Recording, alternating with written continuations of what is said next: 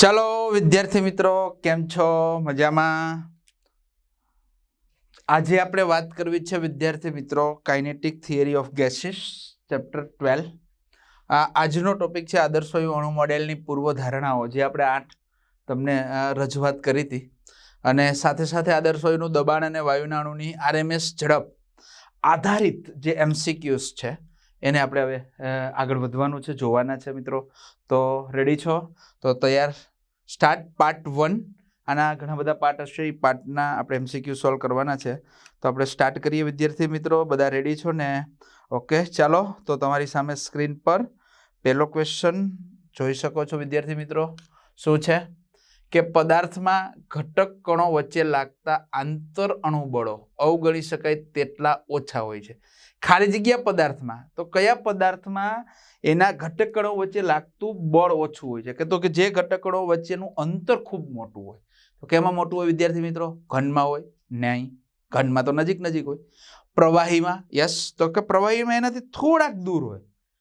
પણ વાયુમાં અણુઓ વચ્ચેનું અંતર ખૂબ મોટું હોવાથી એના આંતર અણુ બળ એકદમ નહિવત લાગે, ન લાગી શકાય એવું કહી શકાય. એટલે અહીંયા જવાબ સિમ્પલ વાત છે, અવગણી શકાય એટલું ઓછું બળ કેમ નહીં લાગે? તો કે જે અણુ વચ્ચેનું અંતર બહુ મોટું હોય, એક અણુ આટલે હોય ને એક આટલે હોય, તો આ બે અણુ વચ્ચેનું અંતર વધુ હોય,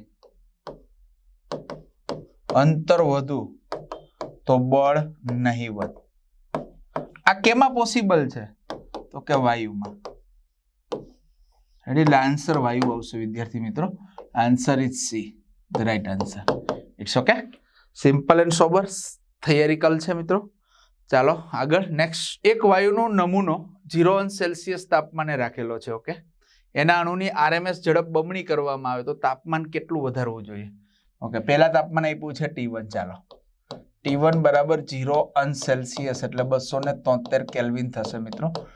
ઝડપ Vrms2, અણુની ઝડપ બમણી કરવામાં આવે એટલે Vrms2 એ પેલા કરતા બમણી એટલે 2 Vrms1. રેડી? ચાલો, ડાયરેક્ટ Vrms2 સૂત્ર મૂકશો તોય પણ તમને ખબર પડી જાય કે Vrms ઇઝ ઇક્વલ ટુ અલગ અલગ સૂત્ર છે. 3p/ρ √3 NKBT by ρ √3 RT/m0 વગેરે વગેરે વગેરે. તો આના ઉપરથી એવું કહી શકાય કે Vrms, અહીં જો તાપમાન જ આપ્યું છે તો Vrms is equal to √3 RT/m પરથી બે બાજુ લખો તો વાંધો નહીં. ચાલો, અહીંયા √3 RT2 છેદમાં m બરાબર 2 √3 RT1/m. ચાલો, 3rm ઉડી જાય બે બાજુથી. ચાલો વર્ગ કરો બે બાજુ એટલે અહીંયા T2 થશે, 2 નો વર્ગ 4 અને અહીંયા T1, બરાબર ને? તો T2 બરાબર 4T1. તો T2 is equal to 4T1 એટલે 273. તો T2 બરાબર કેટલા થશે? 4 તેરી 12 એટલે 2 1 7 ચોક 28 ને 29 એટલે 9 એટલે 2 4 8 ને 2 10 1092 કેલ્વિન. આ તમારો જવાબ છે, પણ શેમાં છે? તો કે કેલ્વિનમાં છે. રેડી? આ તમારો જવાબ છે કેલ્વિનમાં છે, 1092 કેલ્વિન. ચાલો, પણ કેલ્વિનમાં જવાબ નથી, અનસેલ્સિયસમાં છે. નો પ્રોબ્લેમ. તો T2 બરાબર 1092 માઇનસ 273 એટલે 1000 માંથી 200 કાઢો તો એ 800 આવે, ને 800 માંથી એટલે 800 ને સમથિંગ આવે. રેડી? યસ. તો T2 બરાબર થશે 819 અનસેલ્સિયસ. આવી ગયું? બાદબાકી કરો એટલે આટલું જ આવે મિત્રો. રેડી? 819 અનસેલ્સિયસ જવાબ છે. Yes, B option is the right option. 819 અનસેલ્સિયસ. સિમ્પલ એન્ડ સોબર તમે જોઈ શકો છો વિદ્યાર્થી મિત્રો. ચાલો આગળ વધીએ. નેક્સ્ટ. આપેલ તાપમાને હાઇડ્રોજન અને હિલિયમ અણુઓના આરએમએસ વેગનો ગુણો. પહેલી બાબત તો હાઇડ્રોજન માટે આપેલ તાપમાન એટલે તાપમાન અચળ છે એવું માની લ્યો, પણ તો આ બંને માટે Vrms લેવાનું છે ને, તો Vrms H છેદમાં Vrms HE એના વેગનો ગુણોત્તર મેળવવાનો છે. ચાલો તો mH 2 ગ્રામ પર મોલ અને mHe 4 ગ્રામ પર મોલ અણુભાર હે ને. આ તમને ખબર હોવી જોઈએ. હાઇડ્રોજન માટે 2, હિલિયમ માટે 4. It's okay. ચાલો તો હવે સિમ્પલ વાત છે. VRMS is equal to √3RT ના છેદમાં m.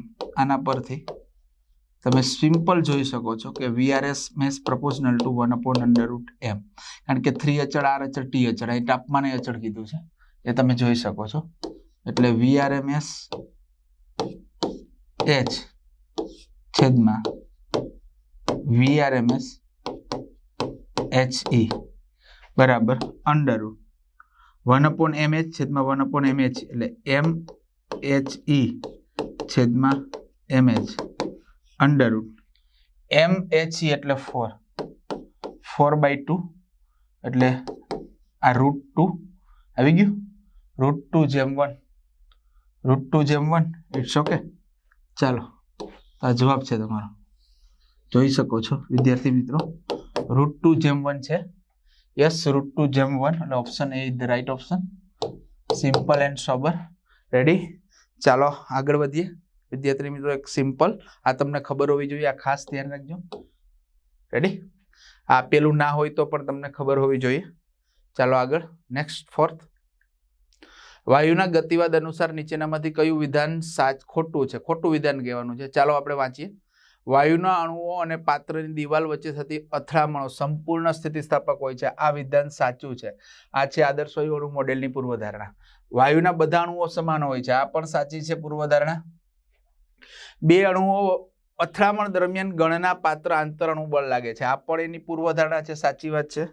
નેક્સ્ટ. વાયુ વડે ઉદ્ભવતું દબાણ વાયુના અણુ વચ્ચેની અથડામણોને લીધે હોય છે. આ ખોટી વાત છે. અથડામણોને લીધે દબાણ ઉત્પન્ન થાય એવું જરૂરી નથી. તાપમાન આપો તો પણ દબાણ ઉત્પન્ન થાય. તો આ ખોટું છે મિત્રો. એટલે તમારો જવાબ આવશે D is the right answer. Okay, ખ્યાલ આવી ગયો? D is the right answer. Ready? ચાલો આગળ વધીએ મિત્રો. નેક્સ્ટ. એ ક્ષેત્રફળની દિવાલ ધરાવતા સમઘન પાત્રમાં એકમ કદ દીઠ વાયુના n અણુઓ ભરેલા છે. ઓકે, જો અણુઓનો વેગ vx હોય તો ડેલ્ટા ટી સમયમાં દિવાલ પર અથડાતા અણુઓની સંખ્યા. ભાઈ દિવાલ પર આપણે આ થિયરિકલ છે, આપણે ખબર છે. પહેલા કુલ અણુઓની સંખ્યા કેટલી લીધી હતી? તો કે n બરાબર n a vx delta T. આ ટોટલ અણુ છે, બરાબર ને? હવે આ અણુમાંથી સરેરાશ અડધા અણુઓ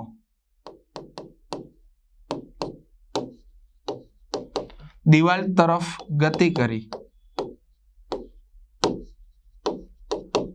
દિવાલ સાથે અથડાશે. તો દિવાલ સાથે અથડાતા અણુની સંખ્યા n ડેશ બરાબર શું થાય? 1/2 n. આમાંથી 50% એ બીજી તરફ બીજા અક્ષ ઉપર પણ ગતિ કરતા હોય. એટલે n ડેશ બરાબર 1/2 n. તો n ડેશ બરાબર 1/2 n a vx delta T. It's okay. તો આવી ગયું બેટા અણુઓની સંખ્યા 1/2 n a vx delta T, 1/2 n a vx delta T. Yes, option D is the right option. તમે જોઈ શકો છો વિદ્યાર્થી મિત્રો. રેડી? Simple and sober. ચાલો આગળ નેક્સ્ટ MCQ તરફ આપણે આગળ વધીએ. ઓકે, વાયુના એક અણુનો વેગ vx vy vz છે. તે સમઘન પાત્રની yz સમતલને સમાંતર સપાટી સાથે અથડાય તો પાત્રની દિવાલને પ્રાપ્ત થતું વેગમાન. આ પણ થિયરી છે. અણુનું વેગમાન તમને મળતું હતું -2 mvx. ઓકે, તો સંરક્ષણના નિયમ મુજબ દિવાલને પ્રાપ્ત થતું વેગમાન બેટા ડેલ્ટા પી બરાબર +2 mvx. એટલું જ પણ વિરુદ્ધ દિવાલને પ્રાપ્ત થાય એટલે 2 mvx. તો આન્સર આવશે +2 mvx. Option B is the right option. It's okay. ચાલો રેડી? ખબર પડી ગઈ ને મિત્રો? એકદમ સૈદ્ધાંતિક ક્વેશ્ચન છે. આગળ વધીએ. નેક્સ્ટ, વાયુનું તાપમાન -73° છે. કયા તાપમાને વાયુને ગરમ કરવો જોઈએ કે પરમાણુઓની VRMS વેગ બમણો થાય? ઓકે, પહેલા આપ્યું છે T1 -73° એટલે 273 માંથી 73 બાદ કરો એટલે કેટલું થાય કેલ્વિન? તો કે 200 કેલ્વિન. ઓકે, હાલો. ત્યારે T2 મેળવવાનું છે. VRMS 2 બરાબર 2 VRMS 1 આમાં જ મૂકી દો √3RT2 છેદમાં m બરાબર 2 √3RT1 છેદમાં m.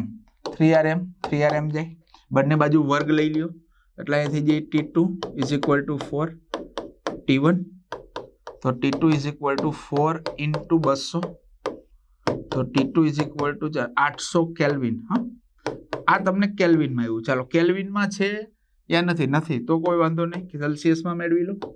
તો T2 બરાબર 800 - 273 એટલે 800 માંથી પેલા તો 200 જાય એટલે 600 ને તો એટલે 500 સમથિંગ આવે. 500 something, yes, 527 is the right answer. 527° is the right answer. આ તમે જોઈ શકો છો વિદ્યાર્થી મિત્રો. રેડી? તો option D is the right answer. 527°C. Simple and sober વિદ્યાર્થી મિત્રો, ફટોફટ MCQ તમે સોલ્વ કરી શકશો. ચાલો આગળ નેક્સ્ટ તરફ વધીએ. ટી તાપમાને આપેલ વાયુ માટે RMS વેગ VRMS છે. ઓકે, સરેરાશ વેગ VMP છે અને સંભવિત વેગ VAvg છે. તો આ ત્રણેય વચ્ચેનો સંબંધ હું તો તમને સિમ્પલ વાત કીધું. સૌથી મોટો વેગ કોનો હોય? VRMS હોય, ત્યાર પછી VAvg હોય સંભવિત, અને છેલ્લે સરેરાશ વેગ હોય. ઓકે, એટલે આના પરથી સ્પષ્ટ થાય VRMS is greater than VAvg greater than VMP.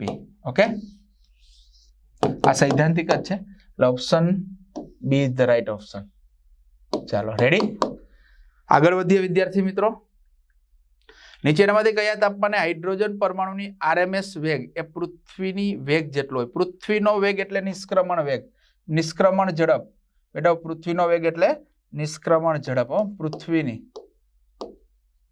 પર નિષ્ક્રમણ ઝડપ એ તમને ખબર છે.